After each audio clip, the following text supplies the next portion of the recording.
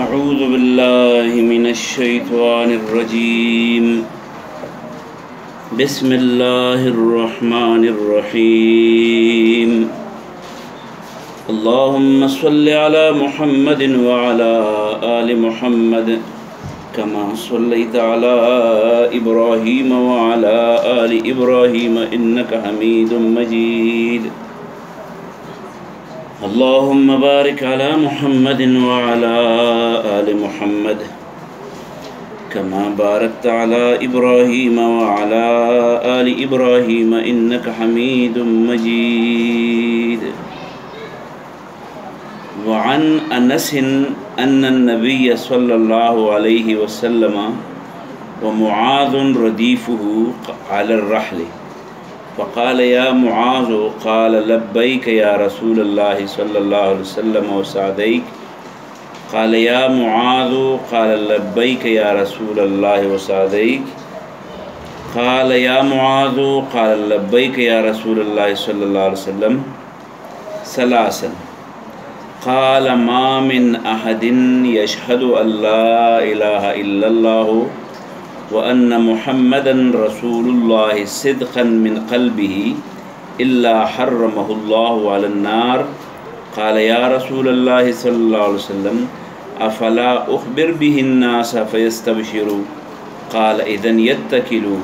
فأخبر بها معاذ عند موته تأثما متفق عليه دا تیر د حضرت معاذ پر روایت سره چې کوم واقعه نقل شوه دا حضرت انس هم دغه شان واقعا د معاذ او د رسول الله صلی الله علیه وسلم نقل کړي حضرت انس فرمایي چې نبی صلی الله علیه وسلم او معاذ په یو سورلۍ ناس رسول الله صلی الله علیه وسلم یو دل وت आवाज کو معاذ نو هغه ته لبیک حاضر جناب یا رسول الله صلی الله علیه وسلم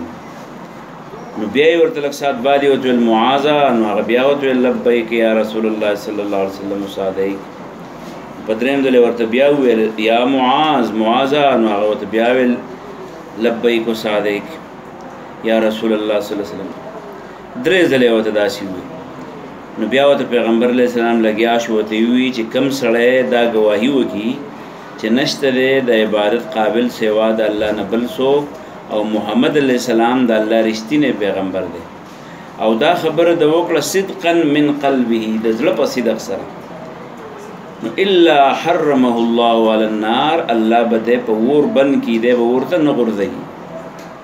دا خو ډېره ښکلې خبره وه ډېره اسانه خبره وه تش د خولې په اقرار باندې الله تعالی د جنت زیری ورکړو نو حضرت معاذ وایي د الله پیغمبر بس پرې مې د چې ورشم او د خلکو ته دا حدیث ووایم ټولو خلکو ته ورسوم نو پیغمبر علیه السلام ورته ویل داسې مه کوه که ته ټولو خلکو ته دا خبره وکړې نو بس بیا به داسې چل وکړي دا خلک به بیا تش کلمه وایي او بیا به عمل نه کوي نو په دې وجه باندې مشهوروي ما دا خبره حضرت معاذ د ځان سره پټه ساتلې وه خو چې کله د مرګ ټیم یې راغی نو دلته کې خو صرف دا لفظ ذکر دی بل یو حدیث کې ذکر دی چې معاذ د مرګ په ټیم کې خلکو ته دا صادر مې د مخې لري کې ټول خلک راته مخامخ شي خبره درته کوم نو خلکو ورته ویل څه دي نو دا حدیث یې ورته ووایي چې رسول الله صلی الله علیه وسلم ویلي چې کم سړی چې یشهد ان لا اله الا الله وان محمد رسول الله نو شر حرمه الله على النار الله یې په اور باندې بندوي دلته یو سوال پیدا شو چې یو سړی تش د خولې په اقرار باندې دغه تزیره جنت تزي نو بیا خو د دون نیک اعمالو ضرورت پاتې نشو نو جواب دا شو چې د خولې اقرار د عمل لپاره نقطه آغاز ده سړی چې په خولې باندې اقرار وکي نو بیا دغه اقرار مطابق عمل کول چې دی نو دا بیا د خپل اقرار مضبوطی او که سړی عمل نه کوي نو ورو سړی د اقرار نم پسې اوړي دویمه خبره په دې کې دا زده کول دي چې حضرت رسول کریم صلی الله علیه و آله وسلم وی خلکو ته مو آیا ځکه چې عام خلک چې دي نو هغه بیا بروسه وکي پتش کلمه ویلو باندې او عمل بنه کوي نو د خلکو خدا رواج نه دی ځکه یو خاص خلک دي یو عام خلک دي عام خلکو ته چې وې دا کار دی بس دی نو بس هغه بیا وایي نور په تندر مول نور اړولی کوم نه خو خاص خلک چې کله نیک اعمال کوي او د یو نه وروسته بل کوي امر وله ډېر خوند ورکوي نو خاص خلکو باندې دا اثر نه کوي ځکه صحابه کرامو کې داسې وو چې نیک عمل به هم کوه بیا به یې شپې جړلم چغې به هم والي رهبانم باللیل به و فرسانم بالنهار به و د ورځې به یې جنګونه کول د شپې به یې الله ته جړل نو په نیک عمل باندې به نور هم د هغې ایمان مضبوطېدو خو دلته چې کوم رسول الله صلی الله علیه وسلم ذکر کو نو دا یې د عامو خلکو تذکره وکړه چې عامو خلکو کې دا یو کمزوري دی چې هغې بیا عمل پرېږدي او تش په اقرار به اکتفا کوي نو د حدیث مقصد زمونږ دپاره دا شو چې هر سړي چې هغه دا کلمه ویلي چې لا اله الا الله محمد رسول الله نو دا به یو ځل جنت ته ځي د جنت ته د تلو نه مخکې چې څونه وخت دی په جهنم کې تیر کړي د هغې بوج باندې به دغه ګناهونو نه پاکېږي خو چې چا دا کلمه بالکل نه ویلي او د دې اقرار یې بالکل نه کړی نو به ټول عمر په جهنم کې الله دې موږ ټولو ساتي وعن انس د حضرت انس رضی الله تعالی عنہ نه روایت ده دی وی ان النبي صلی الله علیه وسلم چې نبی صلی الله علیه وسلم و معاذ او معاذ رضی الله عنه ردیفه دا د سره رست ناسو پس ورلی باندې علی الرحل پس ورلی قال نو پیغمبر علیہ السلام وتو یا معاذ معاذا نو قال معاذ ورته وی لبیک یا رسول الله حضر جناب د الله پیغمبر وسعدیک او مطلب ستا د وجنه نیک بخت می ده حاضر یم درته او د ما سعادت ستا په وجه باندې دی چې ستا سره مې مدد کړی دی مساعدا بعد مساعدت د یو مدد نه وروسته بل مدد ته حاضر یم چې څه وی هغې ته حاضر یم قال نو پیغمبر علیه السلام ورته بیا وویل یا معاذ معاذه نو قال هغه ورته بیا وویل لبیک یا رسول الله صلی الله علیه وسلم وسعدیک الله پیغمبره البی البابین د دوه ځله ته بار درته حاضر یم وسعدیک او بار چې دی نو د ستا تعاون ته حاضر یم قال نو بیا ورته یا معاذ ای معاذ نو قال هغه ورته بیا وویل لبیک یا رسول الله صلی الله علیه وسلم وسعدیک حاضر یم جی او چې څه وایې هغه خدمت ته حاضر یم ثلاثا دا خبره څو ځله وکړه 3 ځله نو اخره خبره ورته شروع کړه چې هغه څه لپاره یې ورته آواز کو ګوره کله چې سړی چاته یو اهمه خبره کوي نو 2-3 ځل ورته هغه خبره کوي نو دلته ورته یو ځل المعاذه بل ځل معاذه بل ځل معاذه د دې په ذریعه باندې د معاذ توجه حاصله شوه نو وروسته یې ورته خبره وکړه لکه تاسو ته یو استاد لګي یو ایسته ځان له تقریر کې استاد نه پکې تپوس نه کوي نو تاسو به ځان له ګپ لګوئ او هغه به چې کوم دی سبق وایي بچته په آخر کې تیر شي نه به تاسو ته څه یاد شي نه به استاد ته څه یاد شي او چې استاد تاسو نه په دې مین کې تپوس کوي نو ستاسو توجه به برابري نو دغه شان رسول الله صلی الله علیه وسلم تپوس وکړو نو بیا به ورته ووایي ما من احد نشته دی یو تن ما من احد نشته دی یو کس یا یو تن یشهدو چې هغه دا ګواهي کوي الله اله الا الله چې لا اله الا الله محمد ان محمد رسول الله صدقا د صدق سره من قلبه د زړه په صدق سره الا مگر حرمه الله حرام بکی الله تعالی دی علی النار په اور باندې قال نو دورته یا رسول الله صلی الله علیه وسلم د الله پیغمبره افلا اخبر به زه خبر نکم په دې الفاظ باندې الناس دا خلق افلا اخبر آیا زه خبر نکم به په دې حدیث سره الناس خلق چې لکه په کلمه بسر تش په کلمه ویلم جنت ته تللی فیستبشروا چې دا خلق خوشاله شي یو بل لذیر د خوشحالي ورکي قال نو پیغمبر علیه السلام ورته نه داسې مه کوه اذن بیا خو به یتکلو دی به توکل وکي یعنی دی به بیا تش بروسه وکي په کلمه ویلو باندې او بیا به عمل نه کوي نو بیا حضرت معاذ دا خبره چاته نه کوله خو په اخبر بها خبره کړه په دی الفاظ سره معاذ عند موته د مرګ په ټیم کې معاذ ته چې کله پته ولګېده چې اوس مرمه نو په هغه ټیم کې بیا دا خبره خلکو ته څه کړه واضح کړه ولې وایي تأثما د وجې د ګناه نه چې هسې نه په دې کې رانه شمه چې حدیث کې راځي چې من کتم علما چا چې علم پټ کړ نو الجم بلجام من النار په د اور په پیزوان به ورته واچولی شي موږ ته څونه د دین مسلې یادې دي خو موږ یې نورو خلکو ته نه وایو او معاص دا یوه مسله نورې خو خلکو ته ویلې وي خدای خلکو ته نه ویلې نو د مرګ نه مخکې دا خبره څه کوله دی خلکو ته واضح کوله نو تعصما د وجې د ګناه نه متفق علیه دا حدیث متفق علیه دی یعنی په بخاري کې هم ذکر دی او په مسلم کې هم ذکر دی یاد شو دا حدیث ورپسې حدیث د ابو ذر په نوم باندې صحابي دی څنګه چې ابو هريره مشهور دی اگر چې نوم عبدالرحمن بن صخر دی او خلک په عبدالرحمن نه پیژني تش په ابو هريره پیژني دغه شان ابو ذر نوم هم خپل جندب دی سنو مله جندب بن جناده جندب ابن الجناده خو نوم مشهور په ابو ذر باندې دی بس د هغه ابو ذر کونیه باندې است مشهور شوی دی او بیا د عام خپل نوم نه دا کونیت ډیر مشهور دی دا ابو ذر چې دی نو دا په خپل علاقه کې یو ډیر تکړه سړی و او د به داسې کارونه کول چې په معاشرې کې په دې وخت کې خلک بدماشان چې ورته وي د هغې کارونه به خو دی چې کله مکې ته راغی نو په رسول الله صلی الله علیه وسلم باندې ایمان راوړو دا هغه اول وخت دی نو چې کله د ایمان راوړو مسلمان شو نو لاړ په جومات کې اقرار وکړو چې لا اشهد ان لا اله الا الله واشهد ان محمد رسول الله خلکو دومره ووایه چې سم ایسته بېهوشه شو تر هسې نه تکړه شوی چې تر هغلی دا پتې د باندې په مخ کې حضرت عباس په هغه وخت کې د پیغمبر علیه السلام تر هغه دی ونیو او د خلکو نه اخلاص کو خلکو ته وی د خدای بندیانو دا خو د غفار قبیلې کس دی او موږ په دې لاره چې کله ځو شام ته یمن ته را سفرې کوو نو په لارې د دې قبیله راځي نو که تاسو دی ووایئ او سبا له ستاسو د قافلې خلک ووایي نو بیا نو په دې طریقې ته بچ کو چې کله د پیغمبر علیه السلام خواله راغی نو د ډېر جذباتي و د وایي چې نه ته خو به بیا هم بس دغه شانې کوم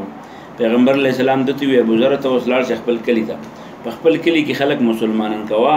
او بیا مکې ته مه راځه ځکه د دې خلک ډېر ظالمان دي بیا به زه به یو ځای کې غالب کېږم به پیغمبر علیه السلام ته د خپلې غلیبۍ یقین و الله تعالی ورته ویلي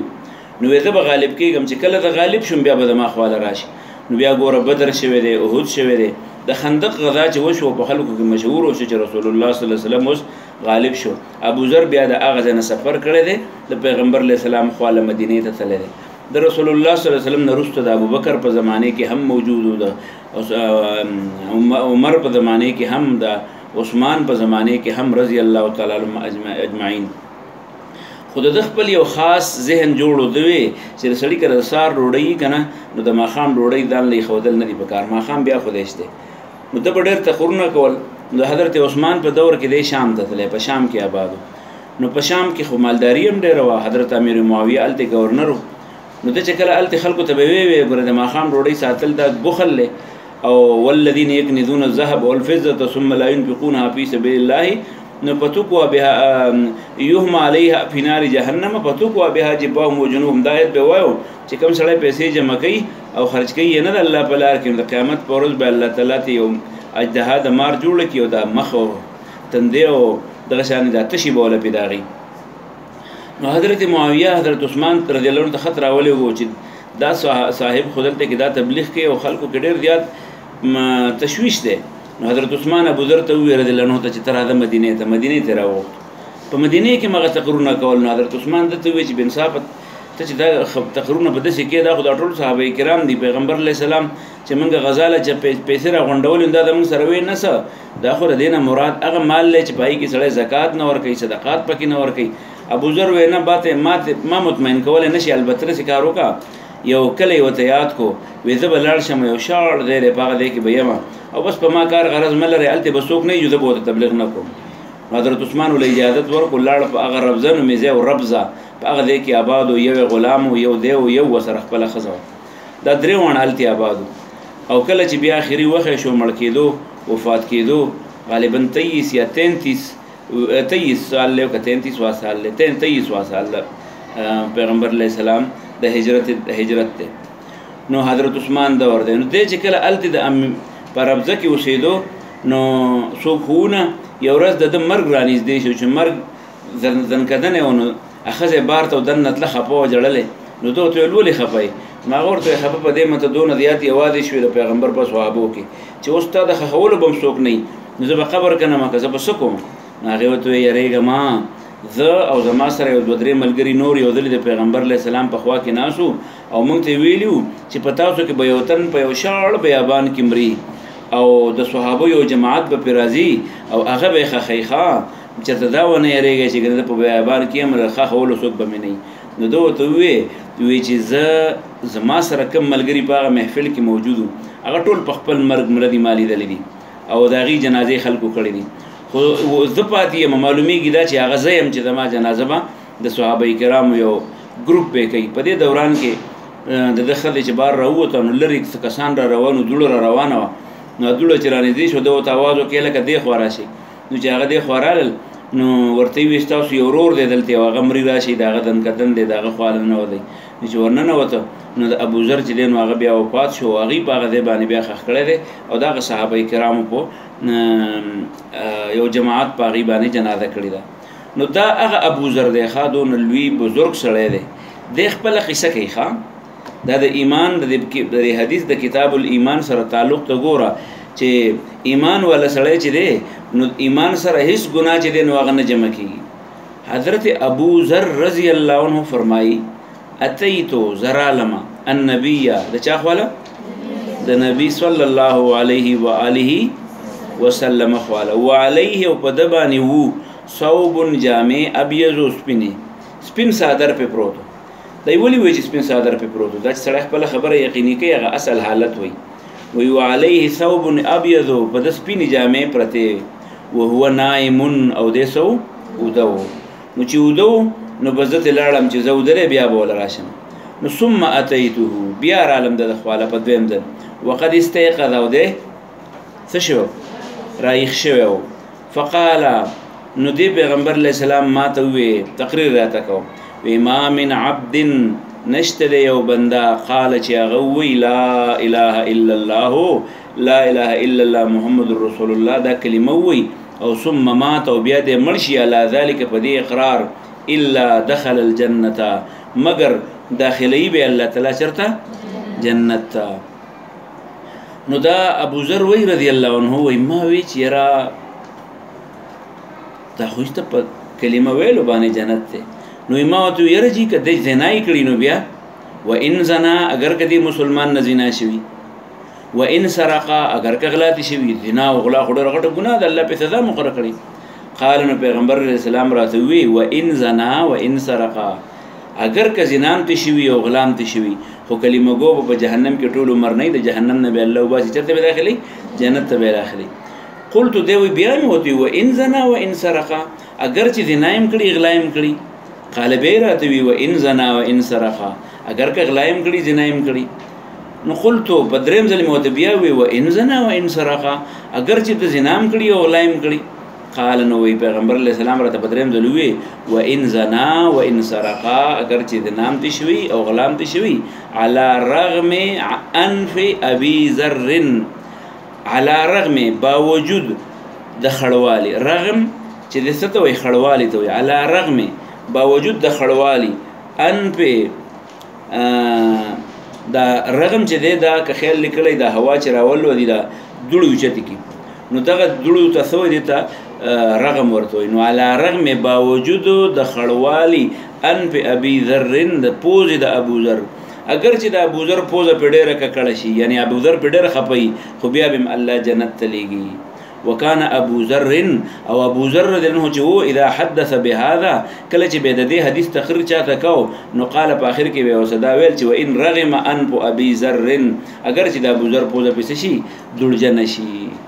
ګوره دې حدیث کې دوه درې خبرې شوې یو خو د ابو ذر د ادب ته ګوره چې ابو ذر راغی او چې پیغمبر علیه السلام وده دی نو رایښې نه کړ ستاسو کورونو ته چې کله څوک راشي او پلار یا نیکه یا ورورم ودی یا او دا څوک راشي او یا تاله چېرته 15 روپو ضرورت او ورشي دادا ماله 15 روپۍ را نو ګوره رایښې خو ابو ذر دونه ادبناک سړی و چې هغه چې سړي ورته ووایي چې یاره پیغمبر علیه السلام وده دی نو دې ته ایسته لاړو او چې کله هغه رایښ شو بیا وله راغی نو د ادب تقاضه دا ده چې بې وخته خلک تنګول نه یې پکار دویمه خبره د حدیث کې دا ته وګوره چې پیغمبر علیه السلام سپین صادر پې پروت و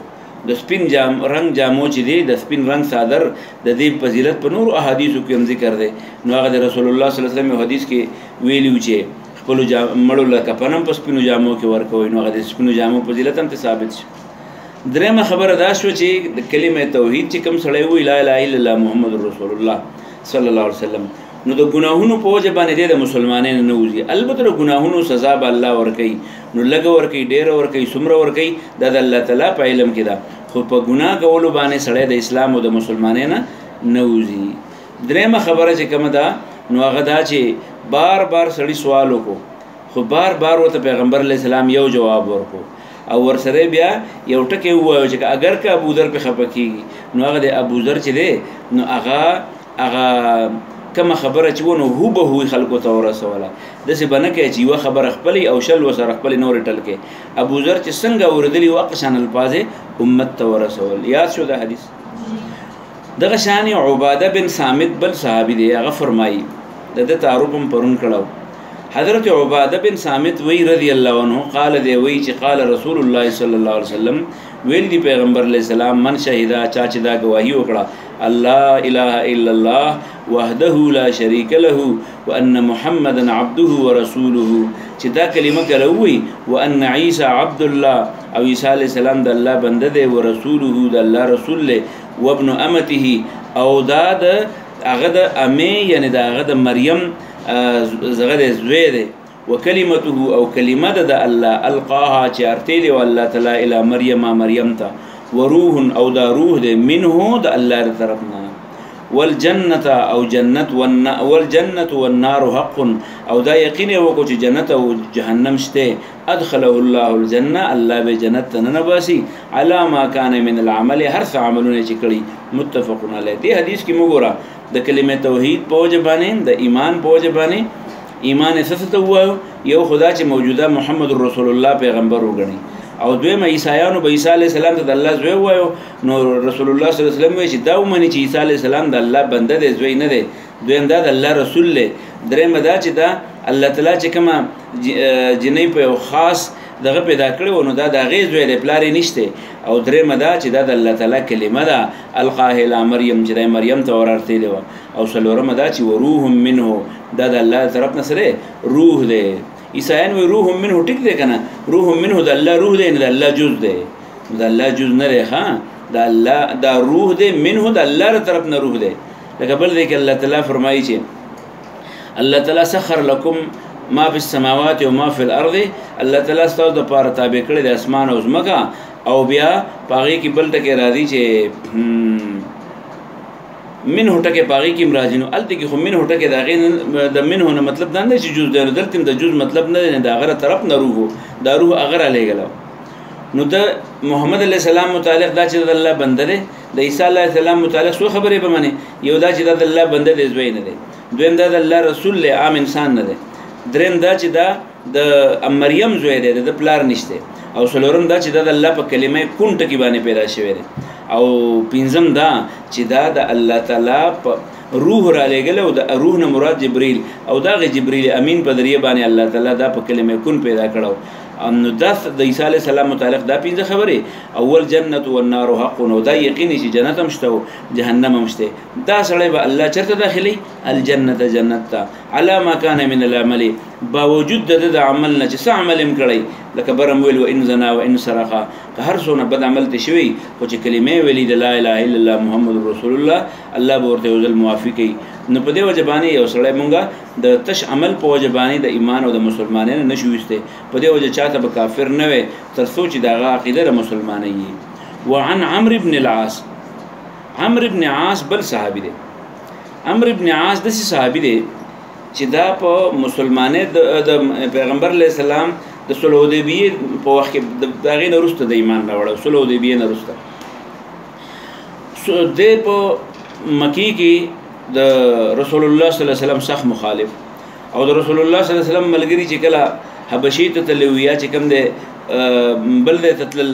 هجرت باندې تللی وي یا تکلیف نو د جرګې به کافرانو د طرف نه د عمرو بن عاص کولې. ډېر متبحر عالم دغه مو دا جرګمارو او ډېر اشجع الناس او شجاع او بهادر سړی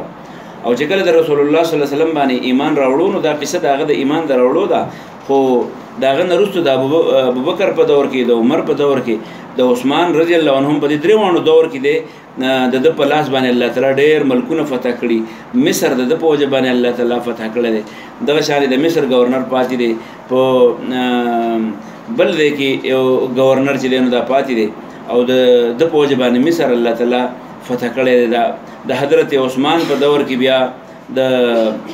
معاویه سره بیا دغه شوی دی، د حضرت معاویه رضی الله عنه سره، او دغه شانې د حضرت علی په دور کې، په هر دور کې د خپل قابلیت جواهر ښودلی دي. دغه عمرو بن عاص خپله د مسلمانۍ قصه کوي. دی وایي چې زه پیغمبر علیه السلام له رالمه نو ما ورته لاس راوغځاو د څه لپاره چې د مسلمانېدم. نو د مسلمانۍ دپاره طریقه دا وه چې سړی به کلمه وایي، خو دا بیت د لاس ورکول یو بل چې داسې یو بل لاس ونیسي، دا هم پکې ښه خبره ده. لکه څنګه چې موږ ستړي مشي کوو نو دې ته بیعت ورته وایي، بیعت اقرار ته وایي. نو عن عمرو بن العاص، د عمرو بن العاص رضی الله عنه نه روایت دی، قال دی وایي اتیت النبی، درالم د پیغمبر علیه السلام خواله، فقلت نو ما ورته وویې ابسط یمینک، دا ښی لاس دې راوغځوه، ابسط راوغځوه، راخور که یمینک دا ښی لاس دی. د څه لپاره؟ فلأبایعک، د دې لپاره لأبایعک چې زه ستاسو بیعت وکړم. فبسط یمینه، نو هغه خپل ښی لاسه څه کو راویغځاو. فقبضتو، نو ما بیرته راښکودو یدي خپل لاس، هغه چې لاس راوغځاو ما ته خپل لاس بیرته راښکودو. نو ما ته ما لکه یا عمر، عمر ولې د لاس وتښتاو؟ نو قلت ما ورته وویې اردت ان اشترط، اردت و اراده مې وکړه ان اشترط چې یو شرط پکې ولګم. قال نو پیغمبر علیه السلام راته وویې تشترط ماذا، ته شرط لګې، خو څه شرط لګې؟ قلت ما ورته وویې ان یغفر لي، چې الله ماته بخښنه وکړي. هسې نه چې دا ګناهونه راپسې راځړی حسابوي، نو ما خو د اسلام ډېره مقابله کړې، نو بیا زما د مسلمانۍ پیدا څه شوه؟ نو شرط مې دا دی چې مسلمانېږم، خو چې الله راته خپل کړي ګناهونه ټول څه کړي؟